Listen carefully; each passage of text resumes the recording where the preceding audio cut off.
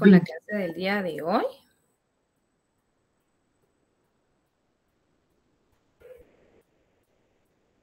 Compañera Claudia, muy buenas noches. La voy a molestar si me puede apoyar ahí con las diapositivas que corresponden para la noche de hoy, por favor.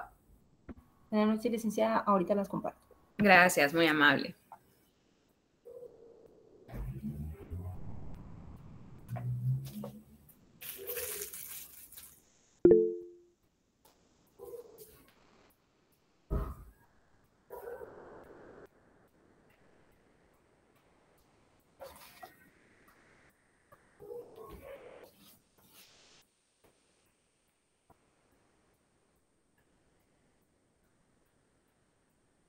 Acá tenemos de subtítulo, ¿verdad? La legislación que ampara a las personas trabajadoras.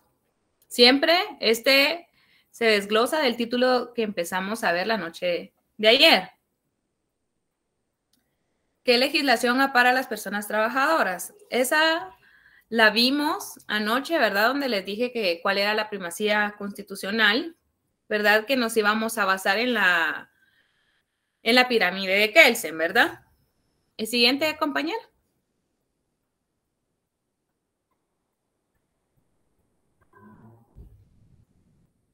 En el sistema jerárquico de las fuentes del derecho laboral guatemalteco, tenemos, ¿verdad?, lo que es la constitucional, que existen dos tipos de normas que se ubican en la cúspide normativa nacional. La Constitución de Guatemala en el artículo 44, segundo párrafo. ¿Quién tiene su constitución que me haga favor de darle lectura a este artículo, por favor?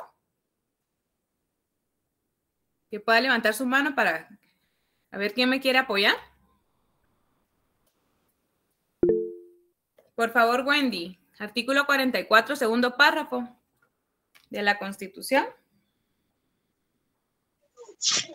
Serán nulas ipso iure las leyes y las disposiciones gubernativas o de cualquier otro orden que disminuyan, restrinjan o tergiversen los derechos que la Constitución garantiza. Muchas gracias, Wendy. Ángel, usted tendrá su Constitución ahí, que me haga favor de darle lectura al artículo 175. Con gusto, Ligda. Gracias. 175. Déjenme ubicarlo. Aquí estamos. Jerarquía constitucional. Ninguna ley podrá contrariar las disposiciones de la Constitución. Las leyes que violen o tergiversen los mandatos constitucionales son nulas ipso iure. Las leyes calificadas como constitucionales se requieren para su reforma el voto de las 2/3 partes del total de diputados que integran el Congreso, previo dictamen favorable de la Corte de Constitucionalidad. Muchas gracias, Ángel. Gracias. Dani Frank, ¿tendrá ahí su Constitución? Que le dé lectura, por favor, al artículo 204.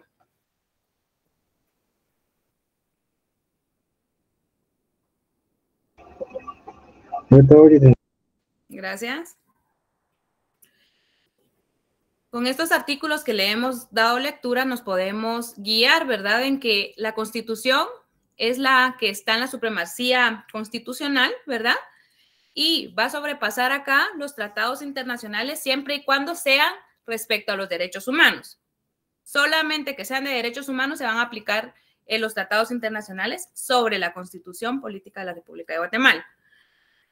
204, por favor, Dani.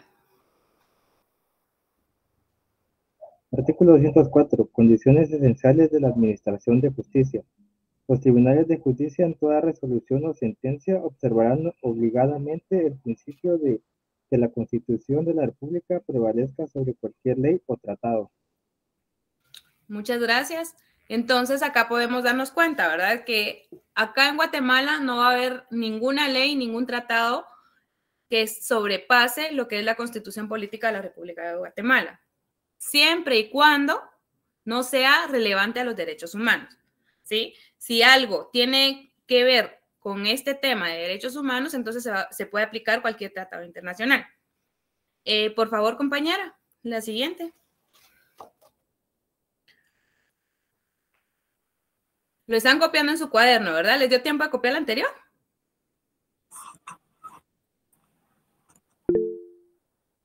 Sí, a mí sí, Ligda. ¿Sí? Vale. Entonces estamos en el nivel primario y secundario. En el primario Dice que son todas las normas con rango de ley. Las leyes constitucionales, las leyes ordinarias, los tratados internacionales que no son derechos humanos. Vamos a darle lectura, por favor, al artículo 171, inciso I. Por favor, Marco Antonio Chen.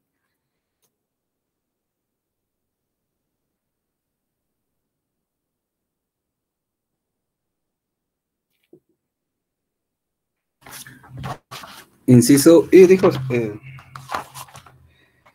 Dice, Sí. Dice, contraer, convertir, consolidar o efectuar otras operaciones relativas a la deuda pública interna o externa. En todos los casos deberá oírse previamente las opiniones del Ejecutivo y de la Junta Monetaria, para que el Ejecutivo, la Banca Central o cualquier otra entidad estatal pueda concluir negociaciones de préstamos u otras formas de deudas.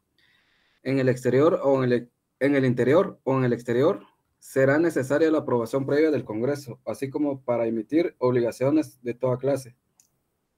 Perdón, Marco, es el 171 el que le dio lectura de la Constitución. Es la literal, perdón, licenciada, buenas noches, es la literal L. Perdón, es la L, Marco Antonio, perdone. ¿Oye? La L, ahorita. Dice, aprobar antes de su ratificación los tratados, convenios o cualquier arreglo internacional cuando 1. Afecten a leyes vigentes para las que esta Constitución requiera la misma mayoría de votos. 2. Afecten el dominio de la nación, establezcan la Unión Económica o Política de Centroamérica, ya sea parcial o total, o atribuya o transfiera competencias a organismos, instituciones o mecanismos creados dentro de un ordenamiento jurídico, comunitario concentrado para realizar objetivos regionales y comunes en el ámbito centroamericano. 3. Obliguen financieramente al Estado en proporción que exceda el 1% de presupuesto del ingreso ordinario o cuando el monto de la obligación sea determinado. 4. Constituyen compromiso para someter cualquier asunto o decisión judicial o arbitraje internacionales. 5. Contengan cláusulas general de arbitraje o de sometimiento a jurisdicción internacional. Y 6. Nombrar comisiones de investigación en asuntos específicos de la administración pública que planteen problemas de interés nacional. Muchas gracias, Marco Antonio. Vamos a ver entonces lo que dice las sentencias de la Corte de Constitucionalidad, que declaran la inconstitucionalidad de una norma con rango de ley. ¿A qué nos referimos cuando estamos hablando de inconstitucionalidad? Erika, Noemí. Buenas noches, licenciada. Nos referimos a que la ley que está evaluando no llena los requisitos que contiene nuestra Constitución política, que es contrario. Así es, muy bien. Entonces nos vamos, ya vimos lo que es el nivel primario, nos vamos al secundario que dice que es el reglamento de ley y se encuentra en el artículo 183 y literal E de la Constitución. Wilmer García, por favor, ¿le puede dar lectura a ese artículo? Muy bien, ahorita, licenciada. Gracias.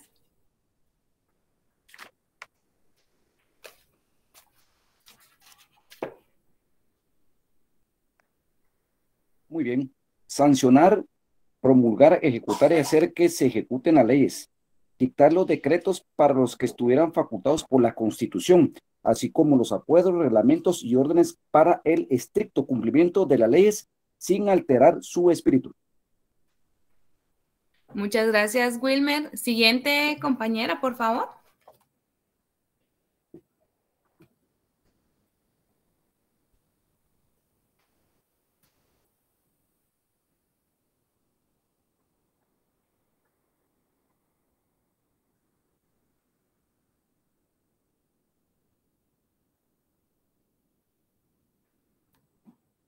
No se logra visualizar muy bien, Claudia.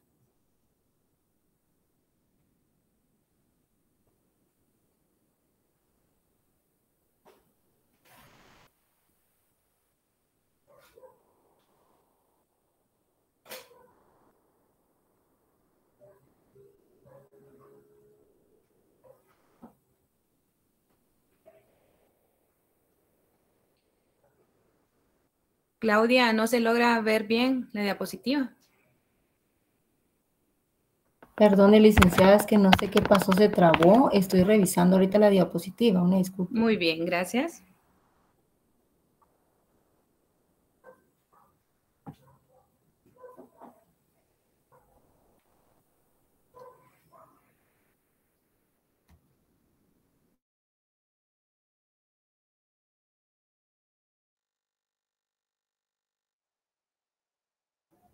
Muchas gracias.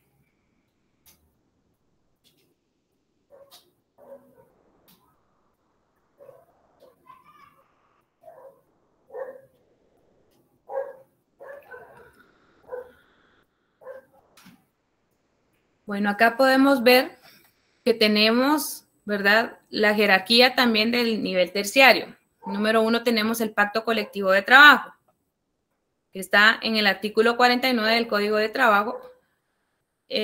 Vivian Zulaika, por favor. ¿Le puede dar lectura a ese artículo? Al artículo 49 del... 49 del Código de Trabajo. Ok.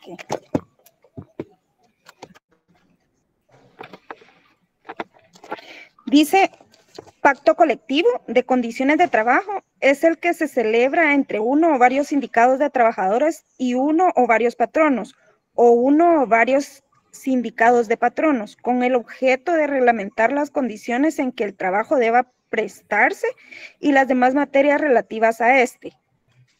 El pacto colectivo de condiciones de trabajo tiene carácter de ley profesional y a sus normas deben adaptarse todos los contratos individuales o colectivos existentes o que luego se realicen en las empresas, industrias o regiones que afecte.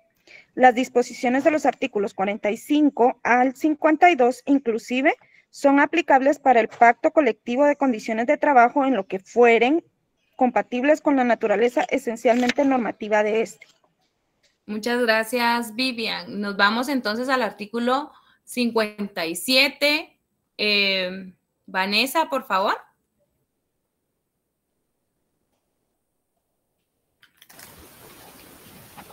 $57, ¿verdad? Sí, por favor. Reglamento interior de trabajo es el conjunto de normas elaborado por el patrono de acuerdo con las leyes, reglamentos, pactos colectivos y contratos vigentes que lo afecten, con el objeto de preparar o regular las normas a que obligadamente se debe sujetar él y sus trabajadores con motivo de la ejecución o prestación concreta del trabajo. No es necesario incluir en el reglamento las disposiciones contenidas en la ley. Muchas gracias, Vanessa. Entonces, ¿a qué nos estamos refiriendo cuando hablamos del reglamento interior de trabajo? William, Rodolfo. A la regulación que tiene que tener el patrón establecido y que esté vigente para todo el personal. Así es, que no sea contrario, ¿verdad? Que no esté vulnerando ninguno de los derechos de los trabajadores, pero cada empresa, ¿verdad? O cada patrono, pues tiene un reglamento diferente, ¿verdad? Al que sea de su conveniencia, toda vez no esté afectando a los trabajadores. Vamos entonces con el contrato individual de trabajo en el artículo 18 del Código de Trabajo. Si me hace favor de darle lectura a Valerie Carrillo, por favor.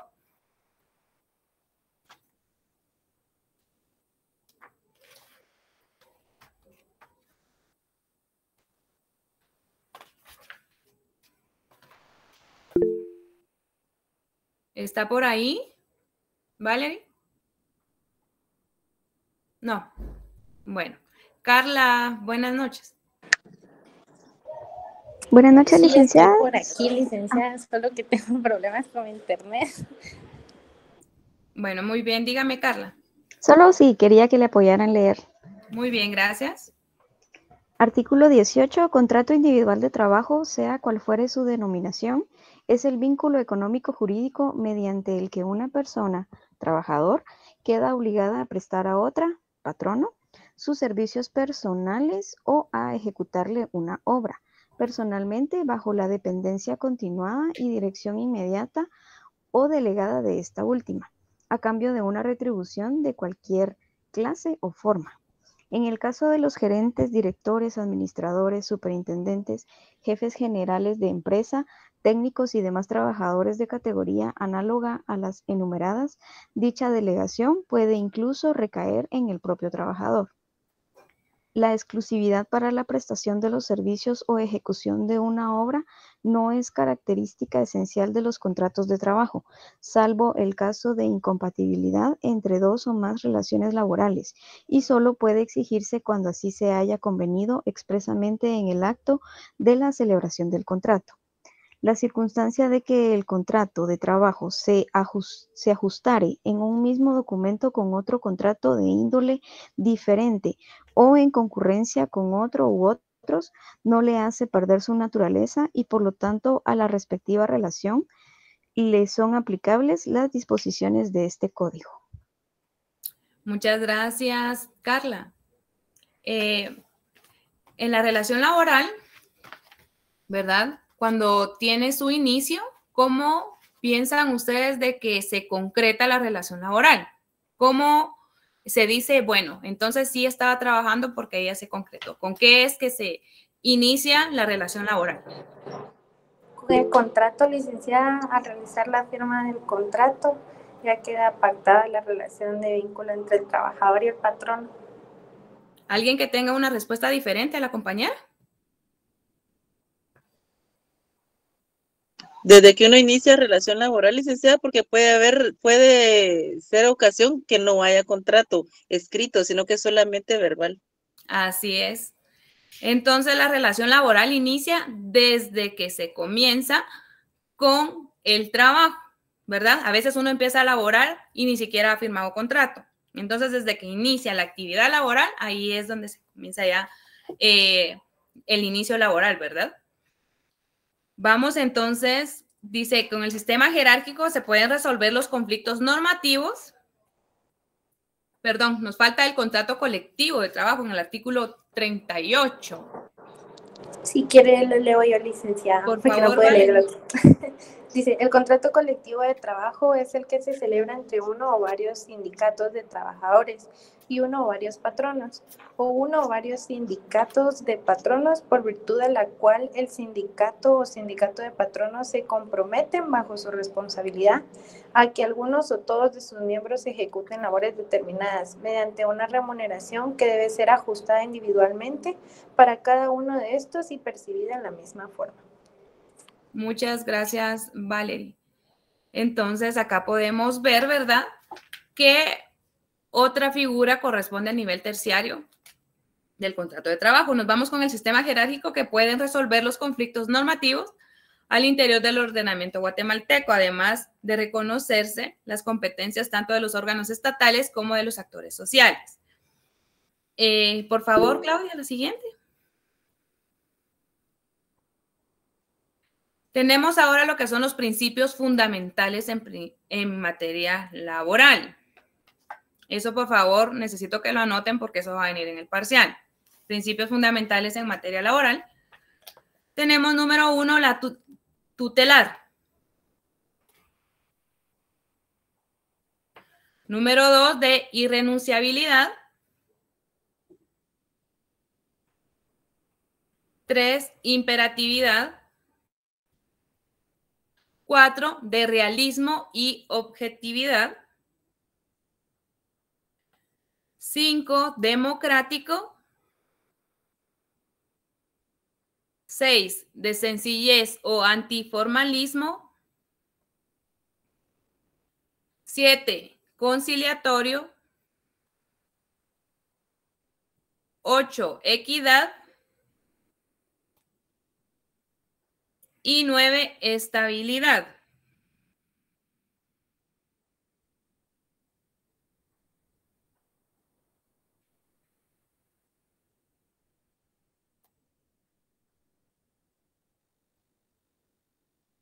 Ahorita vamos a definir cada uno de estos principios. Cuando hablamos de tutelar, ¿a qué creen ustedes que nos estamos refiriendo? Rita, Buenas noches. ¿Me puede decir usted qué piensa cuando escucha el principio tutelar?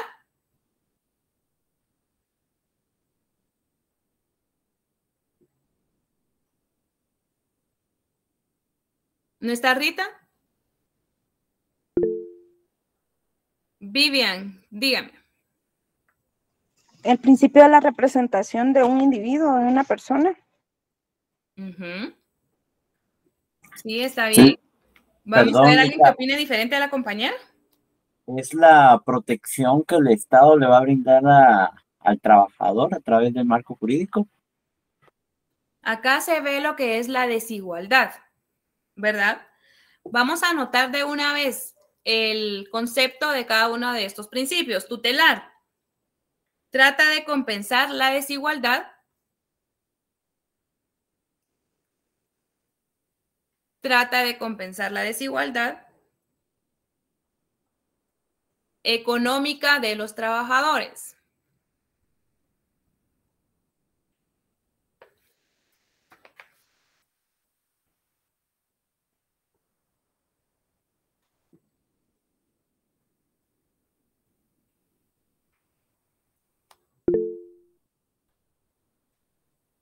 Sí, Kimberly, buenas noches. Buenas noches, licenciada. Trata de compensar, ¿qué indicó? Disculpe. La desigualdad económica de los trabajadores. Gracias. Bueno. Rodolfo, buenas noches. ¿Me puede decir usted a qué nos referimos cuando hablamos de irrenunciabilidad?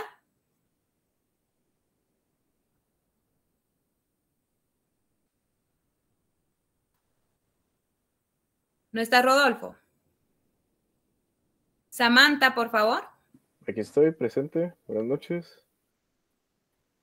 Buenas noches. ¿A qué nos referimos cuando hablamos de irrenunciabilidad? Pienso que como toda persona tiene sus derechos, ¿verdad? O sea, son irrenunciables por el hecho de ser persona, ¿verdad? Y que lo ampara la ley. Muy bien. Vamos con el concepto de irrenunciabilidad.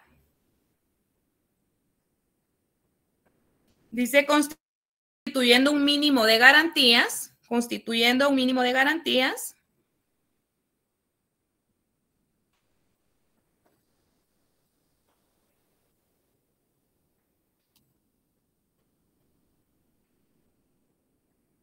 sociales protectoras,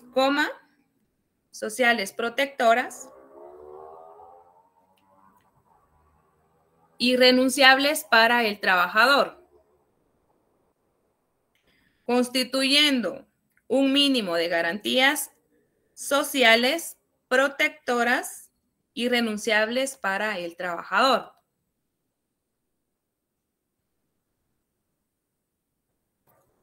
Vamos con la número 3, imperatividad. Rodrigo.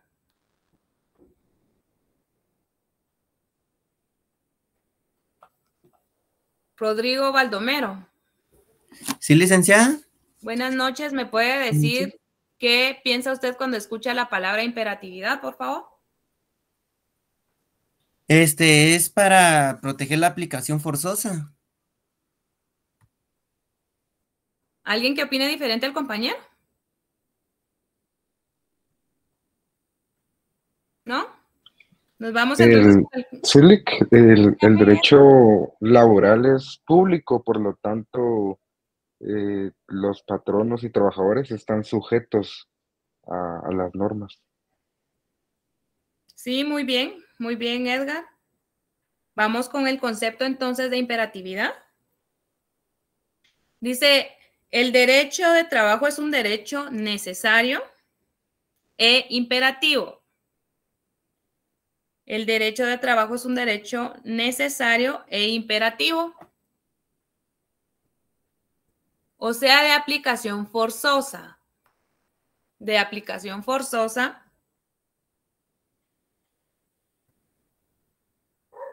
En cuanto a la aplicación de las prestaciones mínimas,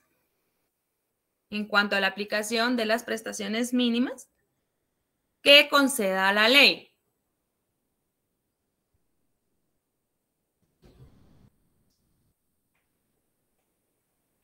Entonces nos hace referencia, ¿verdad?, que la imperatividad es de una aplicación forzosa de las garantías que nosotros tenemos, ¿verdad?, y que la ley nos está otorgando.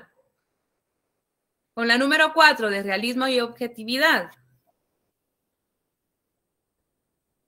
Vamos a ver. Mirza, por favor.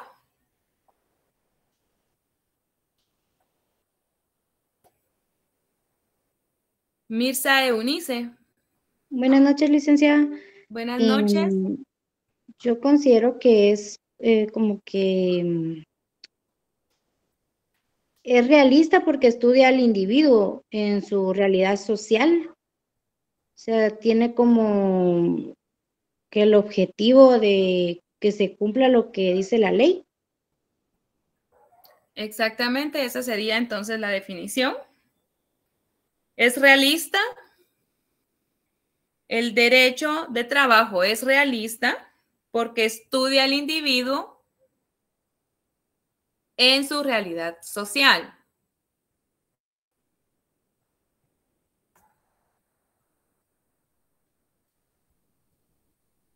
Número 5, democrático. Pablo Alejandro, por favor.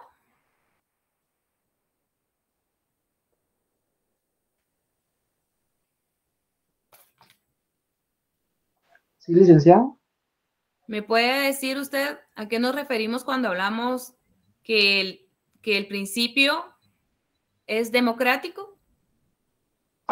Pues nos referimos a que todos podemos como escoger, se nos da la opción de escoger y pues no es una dictadura, ¿verdad? Así es. Vamos con el concepto entonces. Todo derecho debe ser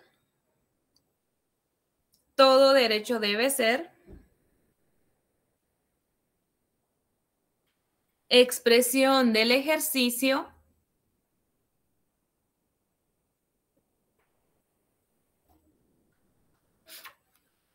real de democracia.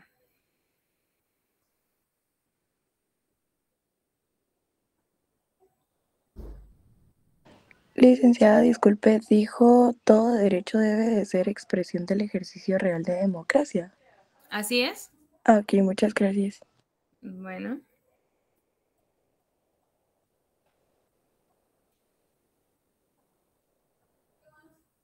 Número 6, de sencillez o antiformalismo. Ricardo Andrés.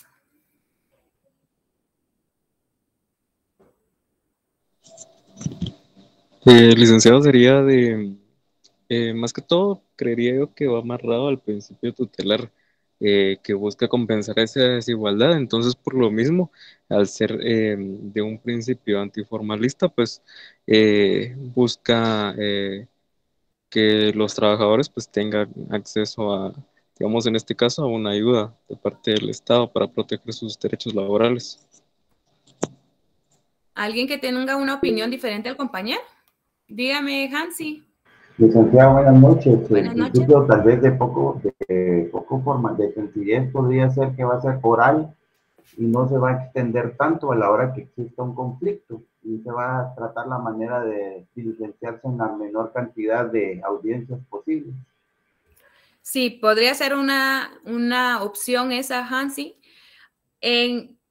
Cuando vemos la materia civil o la rama civil del derecho, es súper formalista. Ahí le devuelven a usted su escrito por una coma, por un teclazo que usted ponga, ¿verdad? Y sí que inconscientemente le rechazan los escritos por cualquier cosa. En cambio, acá no es así. Usted puede tener la representación de un estudiante de derecho, ¿verdad? O una persona que tenga cierre de pensum sin necesidad que sea abogado y notario, ¿verdad? Acá usted solamente se presenta, ¿verdad?, al Ministerio de Trabajo cuando usted va a presentar su demanda y usted lo puede hacer. No necesita el apoyo de algún abogado o de algún notario, ¿verdad?, como puede ser en el área penal o en el área civil, que ahí sí es formalista todo, ya sea de manera oral, ¿verdad? Igual manera, acá usted va a presentar nada más el escrito, que sería en este caso la demanda, ¿verdad?, que usted va a interponer para empezar el juicio, pero el trayecto y el proceso del juicio usted lo va a realizar de manera verbal, ¿verdad? Entonces, por eso se dice que es antiformalista, porque no hay tantos peros para que su demanda vaya trascendiendo. Dígame, Marjorie, buenas noches. Sí, licenciada, disculpe, qué pena. ¿Qué dijo de sencillez o de antiformalismo? Es que no me dio tiempo a copiarlo, perdone, qué pena. Ahorita le voy a decir el concepto. ¿De sencillez o Muchas gracias. antiformalismo? Sí, por favor. Que sin una correspondencia normativa y mucho menos práctica. Ese no lo había dado. No, todavía no, Lick. No, ese todavía no lo había dado. Ah, Bueno, perdón, entonces cuando es que- estamos hablando de que es sencillo y antiformalista, ¿verdad? Estamos hablando de esto, que usted no necesita la representación de un abogado y notario, usted mismo puede hacer su representación o en las audiencias lo puede acompañar un estudiante de derecho. La demanda usted la puede presentar, ¿verdad? Personalmente y no le van a poner peros. Recuérdese de que el Ministerio de Trabajo, ¿verdad? Está para proteger al trabajador y pues normalmente las demandas siempre van a trascender y no necesita usted tener tantos documentos para poder demostrar la relación laboral. Si usted no tiene contrato, pues necesita testigos, necesita fotos. Toda vez usted tenga un jefe inmediato, un horario de trabajo y un salario, entonces ahí con eso se puede establecer la relación que usted obtuvo, ¿verdad? Entonces vamos con el concepto de sencillez o antiformalismo. Es una correspondencia normativa. Es una correspondencia normativa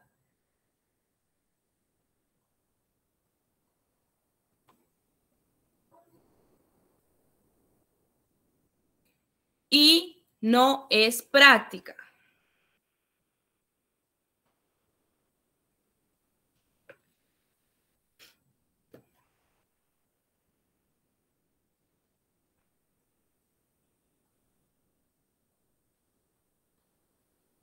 Solamente con eso ustedes ahora tienen pues la idea de a qué nos estamos refiriendo cuando hablamos de sencillez. No necesita muchos documentos para poder demostrar, ¿verdad?, su relación laboral, y el antiformalismo, pues que usted mismo pueda hacer el proceso, ¿verdad?, presentar su demanda y seguirla diligenciando y como le digo, no necesita usted la representación de un abogado y notario. Vamos con la número 7, que es conciliatorio. Nelson Contreras, por favor.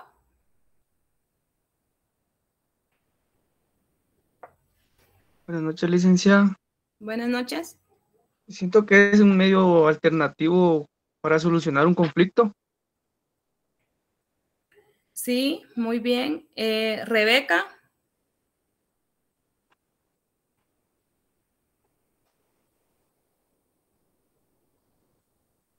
Sí, licenciada. ¿Me puede decir qué opina usted cuando estamos hablando de conciliatorio, del principio conciliatorio? Es cuando ambas partes llegan a un acuerdo para conciliar. Eso es lo que se pretende, ¿verdad? Antes de que vaya trascendiendo el proceso, entonces llaman a las dos partes para que puedan conciliar y llegar a un acuerdo, ¿verdad? Evitando costas judiciales, ¿verdad? Y que ninguna de las dos partes salga afectada. Vamos con la definición entonces de conciliatorio. Dice, debe inspirarse en el principio de ser conciliatorio entre el capital y el trabajo. Debe inspirarse en el principio de ser conciliatorio entre el capital y el trabajo.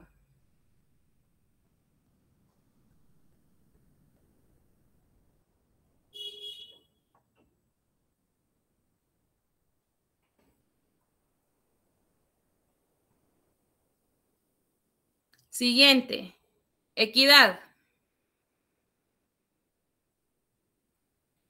Miroslava, ¿me puede decir usted qué piensa cuando escucha la palabra equidad?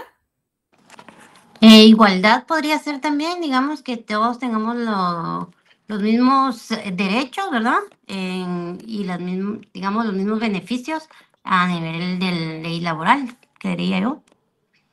Muy bien. Mirna.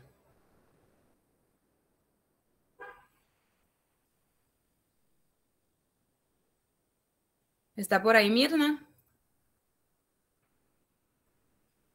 No está. Bueno, vamos con la definición de equidad entonces.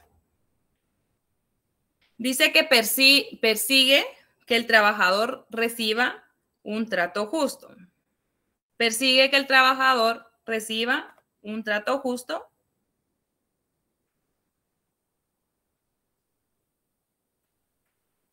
Coma, una atención adecuada.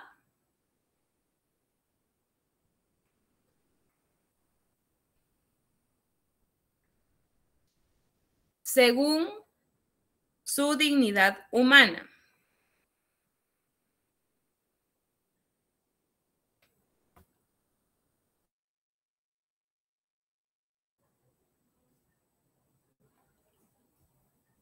Vamos con la siguiente, la estabilidad. Ahí se recuerdan de que el primer día de clase les dije que necesitaba que todos tuvieran encendidas sus cámaras, ¿verdad? Anaité González. Vamos a ir calificando eso Licenciada, porque dígame. tienen que seguir directrices No, ustedes. perdone, es que lo que pasa es de que voy a alargar mi turno, entonces estoy en el trabajo. Lo estoy diciendo de forma general, Anaité. Hay bastantes que no tienen encendida la cámara. Muy bien. Buenas noches. Perdón, dice que en mi caso yo aún estoy laborando también y por eso no me dejan encender la cámara ni hablar, ¿verdad? Solo sería este día, porque realmente las otras clases pues sí la van a tener encendida. Pablo, fíjese que casi no se le escucha.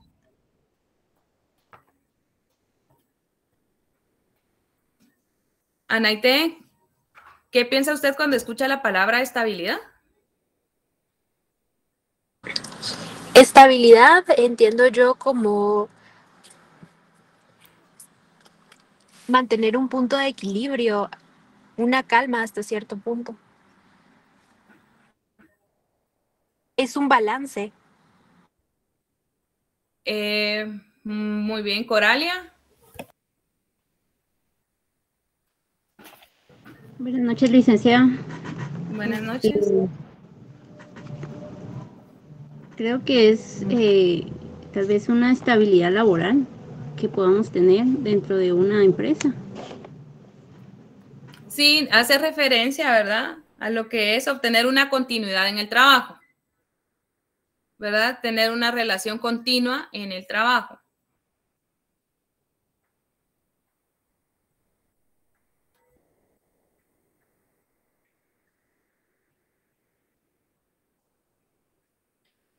Siguiente compañera, por favor.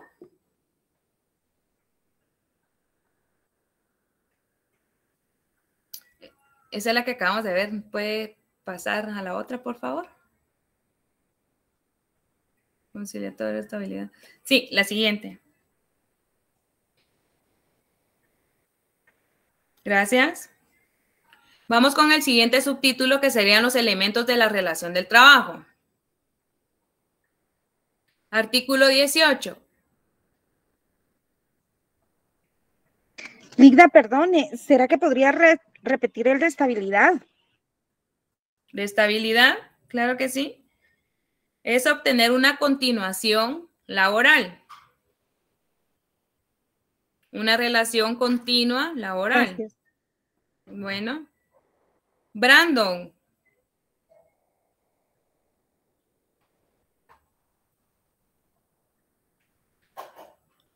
Brandon, ¿me hace favor de darle lectura, por favor, al artículo 18 del Código de Trabajo?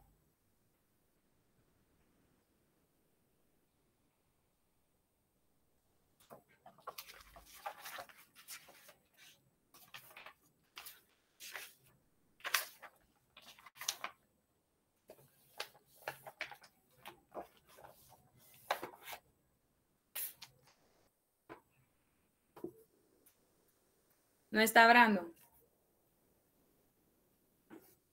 Licenciada, ¿Quién perdón, le ¿le puede puedo dar leer? lectura al artículo 18? ¿Se lo voy a dar yo? Gracias. Dice artículo 18, contrato individual de trabajo. Sea cual fuere su denominación, es el vínculo económico jurídico mediante el que una persona trabajador queda obligada a prestar a otra patrono sus servicios personales o a ejecutarle una obra personalmente bajo la dependencia continuada y dirección inmediata o delegada de esta última a cambio de una retribución de cualquier clase o forma. Gracias, Mayra. Si se pueden dar cuenta, la definición que acaba de leer la compañera del artículo 18 es la que está ahorita en pantalla. Eso es lo que yo necesito que ustedes vayan poniendo atención. Al compañero Brandon le había pedido por favor que me leyera el artículo 18, de plano no tiene su código de trabajo ahí a la mano, pero acá está el artículo, ¿verdad? Yo necesito que vayan poniendo atención, por favor, porque sí les voy a ir preguntando en clase. Siguiente compañera, por favor. Artículo 19. Dice, para que el contrato individual de trabajo exista y se perfeccione, basta con que se inicie la relación laboral. Acá es la pregunta que les había realizado al inicio. Tengan presente eso porque esa es pregunta de privado. ¿Cómo se inicia la relación laboral? ¿Cómo se inicia, el contrato individual de trabajo con la relación laboral? Aunque usted no haya firmado el contrato, así se inicia la relación. Cuando usted empieza a desempeñar la función que se le estableció, que es el hecho mismo de la prestación de los servicios o de la ejecución de la obra en las condiciones que determina el artículo precedente.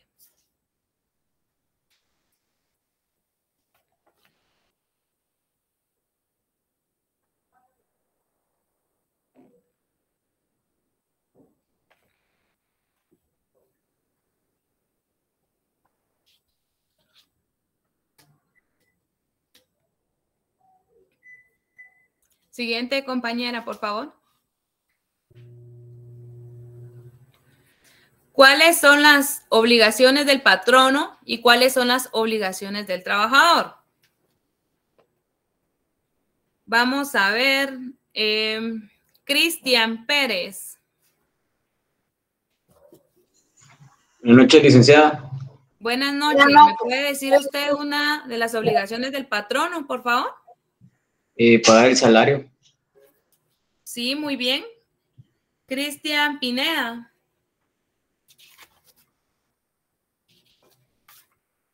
Sí, buenas noches, licenciada. Buenas noches. ¿Me puede decir una obligación del patrono? Dar un lugar digno de trabajo o prestar las herramientas necesarias para el trabajo. Muy bien.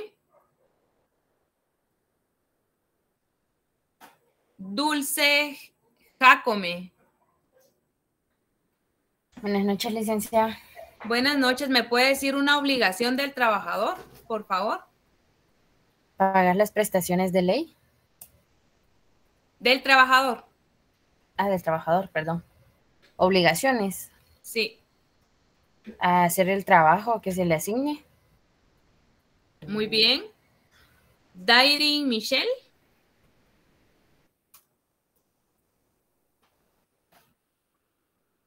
Sí, licenciada, buenas noches. Buenas noches. ¿Me puede decir una obligación del trabajador, por favor? ¿Cumplir sus horarios? Sí, muy bien. Bueno, vamos a ver entonces cuáles son las obligaciones del patrono. Siguiente, compañera. Sí, no sé si me podría brindar el tema de ayer. Es que, o sea, no tengo las hojas en donde apunté ayer, perdón. ¿No tiene su cuaderno? Es que yo lo hago en hojas, entonces no tengo las hojas. Ahí lo compartió Muchas el compañero. gracias. Derechos humanos de las personas trabajadoras.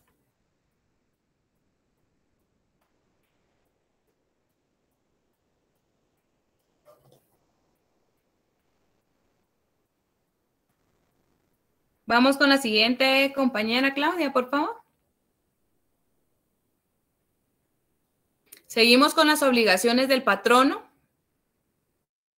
Dice permitir la inspección y vigilancia que las autoridades de trabajo practiquen en su empresa para cerciorarse del cumplimiento de las disposiciones del Código de Trabajo, de sus reglamentos y de las leyes de previsión social.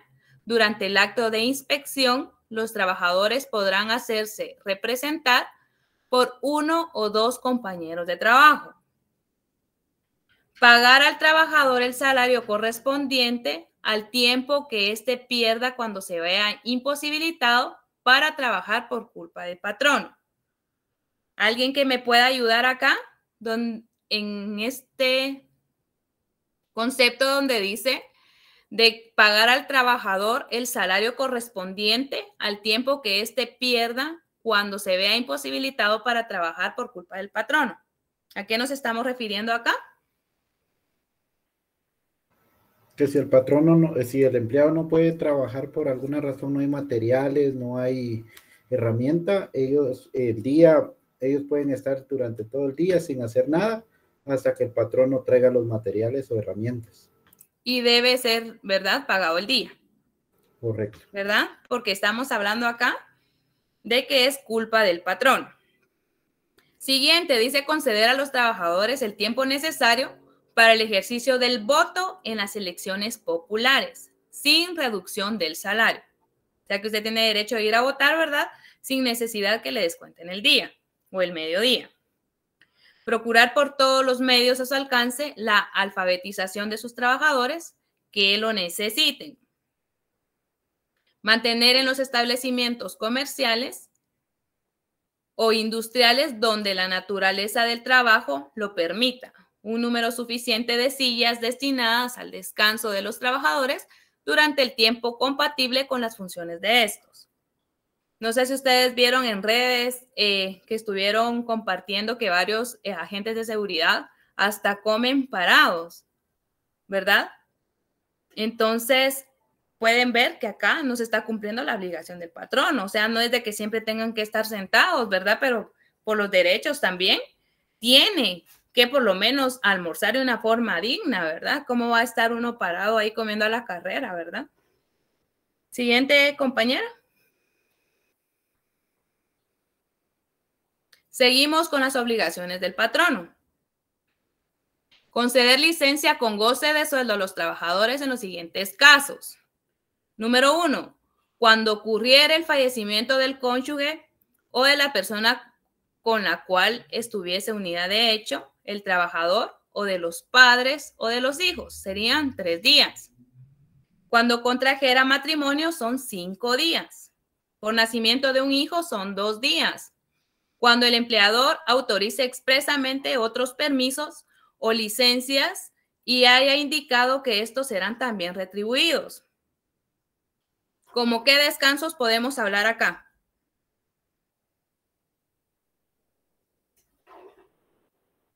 El Día de la Madre. Sí. Semana Santa. Recuérdense de que hay descansos de que ya depende la institución o la empresa, ¿verdad? Entonces, esos ustedes se dan cuenta de ese tipo de descansos cuando ustedes van a firmar contratos. Ahí les tienen que estipular a ustedes cuáles son los días de descanso, los asuetos, los feriados, ¿verdad? Recuérdense que el feriado va a ser solamente cuando es el día de feria de su localidad, donde se encuentre la empresa, ¿verdad? Siempre estamos acostumbrados a decir es que hoy es feriado. Y el feriado va a ser solamente el día, ¿verdad?, cuando se celebre la feria, donde esté establecido la empresa, ¿verdad?, o la institución.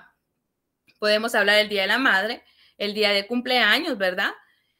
Así como ustedes también que les dan licencia para poder estudiar para los privados también, ¿verdad? Entonces hay varios descansos, asuetos y feriados a los que ustedes tienen derecho, ¿verdad? Para responder a citaciones judiciales. Acá que hacemos referencia, si ustedes lo demandaron, ¿verdad?, por negación de asistencia económica o tiene una denuncia en el Ministerio Público en su contra o que usted presentó una denuncia y lo mandan a citar para rectificar su denuncia, no le pueden negar a usted ese permiso, ¿verdad? Es una orden que está mandando el organismo judicial donde usted debe presentarse. Entonces no deben de descontarle a usted el tiempo que usted se ausente de sus labores. Dice, para responder a citaciones judiciales por el tiempo que tome la comparecencia y siempre que no exceda de medio día dentro de la jurisdicción o un día fuera del departamento en que se trate. Por desempeño de una función sindical, siempre que ésta se limite a los miembros del comité ejecutivo y no exceda de 6 días en el mismo mes calendario para cada uno de ellos. En todos los demás casos, específicamente previstos en el convenio o pacto colectivo de condiciones de trabajo. Entonces, usted cuando va a ingresar a trabajar a una nueva institución o una empresa, se tiene que empapar, ¿verdad?, del contrato de la empresa. Recuérdense que cada empresa tiene su permítanme que me están hablando acá.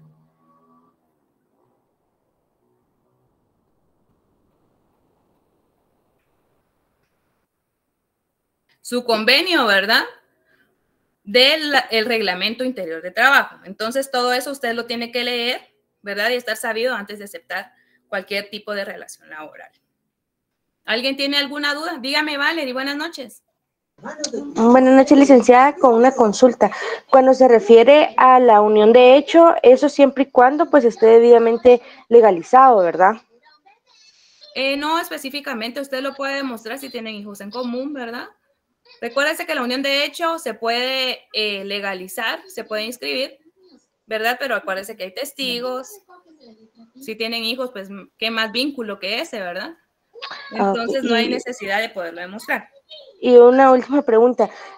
Cuando se hablaba de las citaciones judiciales, por ejemplo, que venga el patrono y le diga, o sea, que sí le da permiso de ir, pero se va el día como a cuenta de vacaciones, ¿eso puede también ser así? No, porque es una orden que el organismo judicial está mandando al patrono para que le dé permiso a usted para que usted se pueda ausentar de sus labores. No es algo optativo para usted que si quiere o no quiere ir. Okay. Gracias, licenciada. Muy bien. ¿Alguien tiene otra duda? ¿No? Bueno, entonces vamos a dejar la clase hasta acá. Les pido por favor de que enciendan su cámara. Solo les voy a tomar una foto para referencia de la clase. Y pues ya la pan. Compañera, ¿puede quitar la diapositiva, por favor, para que me salgan todos ahí? Por favor, que ahí sí enciendan la cámara. Faltan varios todavía. Por favor, ahorita sí, aunque sea una sonrisita, aunque sea solo para la foto. Aunque sea, dice la Aunque lista. sea para la foto, porque no encienden la cámara. Todos serios. Todo serio, sí. Y eso que no los han llamado, no les han hecho una citación judicial y ya están serios. Bueno, pues muchas gracias. Entonces, los veo mañana. Primeramente, Dios, que pasen feliz noche y que logren descansar. Gracias.